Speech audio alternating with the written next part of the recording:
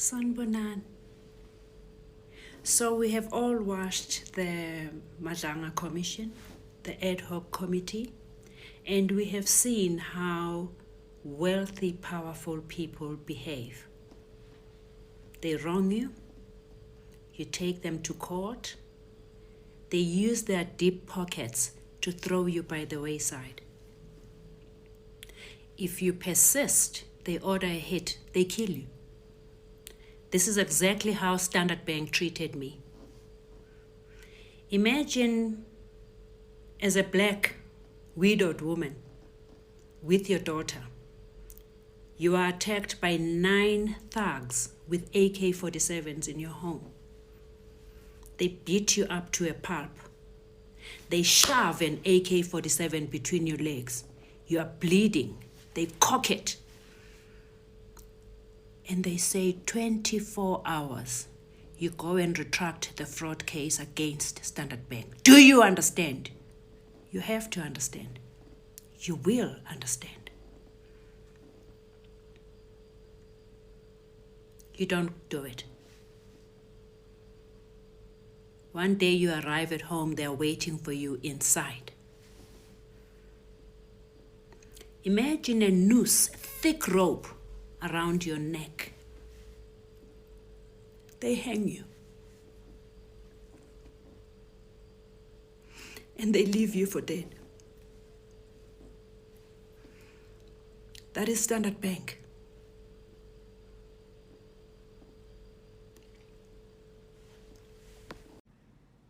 Sanbonani, igama lami Anele Mngadi. I am responding to a surge of complaints that we are receiving at the office in the last 2 weeks from disgruntled community members who are being defrauded by their banks, especially Standard Bank. In my response, I'm going to record a series of short videos. I'm going to start by introducing our firm and maybe explain why people are complaining to us. Then I'd like to highlight our deep understanding of fraud between banks and their clients. I will illustrate a personal experience where Standard Bank committed diabolical fraud against me and kept me in court for 4 years.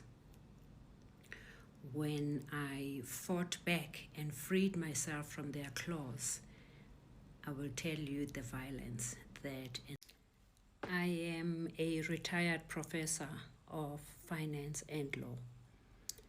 Before embarking on my academic journey, I was an investment banker, first in South Africa from 2002, and then I moved on to Switzerland. In 2015, I had a lengthy project in South Africa, and I needed to buy a car. This is when Standard Bank committed fraud against me. A horrible experience I will relate in my next video.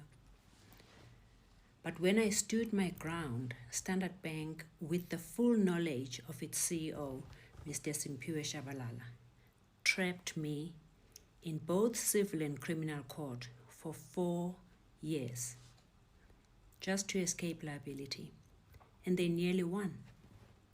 Had it not been for my expert knowledge of finance and law, and the fact that I had resources to fight back, Standard Bank would have buried me. At the end of that court case in 2020, I decided to establish Hammond & Hammond Incorporated, a legal mediation enterprise that is specifically designed to serve vulnerable people that are abused by big banks. So basically what was happening here, she was actually scammed, because she hired a private investigator to investigate what was happening, as she realized that the ownership of the car was not under her name. It was not under the organization that she used, as she was not identifying as a South African, right? So she had to register the car under the organization, but the car was not under the organization. So she started to be worried, and then as she hired a private investigator, that's where they told her everything. Good girl, this was a scam. You have been scammed, and this is an ongoing scam that they are doing. This is a scam that is done by car dealerships that sell exotic cars. It is done by banks, and you have been scammed. So when she went to court, she presented the evidence and all of that. And then now, Standard Bank started feeling threatened by her because she had no lawyer. She had no backup. She was just representing herself.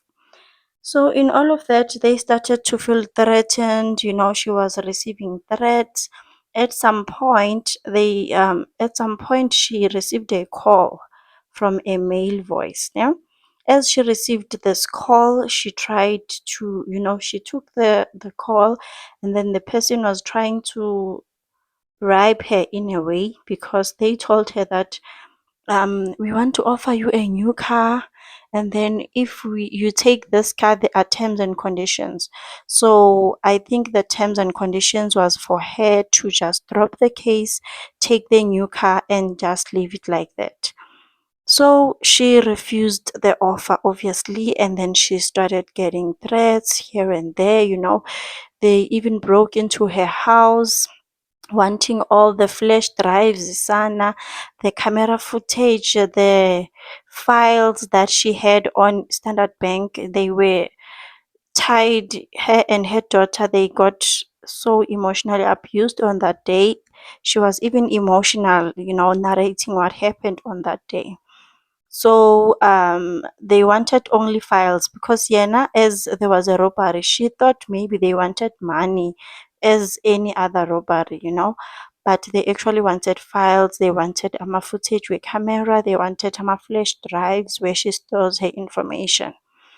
At some point, her daughter even got poisoned, because after that thing where they were robbed at her house, she decided to just move into a hotel temporarily just to be safe from all of this, as she was still attending the court case. But I think they followed her, or maybe they were tracing her cell phone number, I don't know, but they eventually managed to got hold of her. They were following her around, I guess. So they ordered food online, and then when the food arrived, the child was just hungry. She just wanted to eat, and she ate and then started um getting pains, when you have food poison to the stomach and everything. It was so critical that she almost lost her life. And Professor Anele Mngadi, she was lucky because she didn't feel hungry, so she didn't eat on that day. So I'm just imagining, if she ate the food, if they both ate the food, it means that they were going to die, because who was going to be calling for help? And they played this thing very well, because Uti, when she tried to call, the phone was off, her phone was blocked. When she tried to use the hotel phone, it was blocked. Everything was just, so I guess the plan was to just get them killed by just eating that food and can't even call for help. So she continued, to just represent herself. Hey, Sana, she has been through the most. She has been through the most. All of this just because she wanted to buy a Rolls Royce. Kuningi sana, kuningi, but I'm glad that she is okay now. She is currently running a law firm where she is helping people that are being, scammed and victimized by big banks. She is representing those people because she has a lot of qualifications, guys. She is really, really smart. She's really clever. She is also qualified in law and also qualified in finance, as she was saying. But she has been through the most, all because she wanted to buy a Rolls Royce.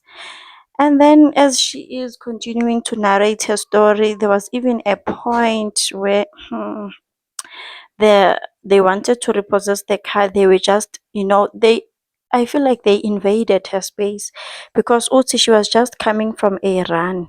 And then when she got back, people were just full in her yard. It was the police, they had those big cars. Like, how do you get into someone's yard without even getting permission? Like, I am so annoyed by this whole thing. Like, how could they even treat her like this? You know, Uti, she tried to just tell them, it's okay guys, let's have a meeting, let's just settle this matter, let's fix the installment issue, because now her installment has, it was just up, like it was almost double the amount that she was supposed to pay. So she tried to write them emails, good guys, let's just settle this out of court, let's fix the ownership of the car, because now the car was in her daughter's name. And she was so surprised because the daughter was underage, the daughter didn't have any credit history, the daughter was just a student, so how could the car be in her name? They were even forging signatures, it was a lot. So she tried to contact them, good guys, let's just fix the ownership thing and then the installment thing, and then I take the car, I pay off the car, and then we go our separate ways. But they didn't want that. So the matter continued going to court until in 2020. Um, that's when everything was just settled and all of that. So she is sharing the story on TikTok. She's sharing bits and bits nje ama-parts westori sakhe. I am going to be updating you guys on all the information. But for now, she is just, saying Guti, she is so hurt by this whole thing. But I'm guessing she will share how the matter ended, how it was settled. All we know now is that the matter was settled in 2020. So I just hope everything worked out for her. I hope she eventually got the car in her name, Sana, because imagine paying for something that is not even under your name, and now they want to repossess it, and now they are creating these fake installments. Guningi. But all I can say is that she is a strong woman. To have the guts to represent herself in court, she is just a very strong woman, and I really applaud her. I really applaud her.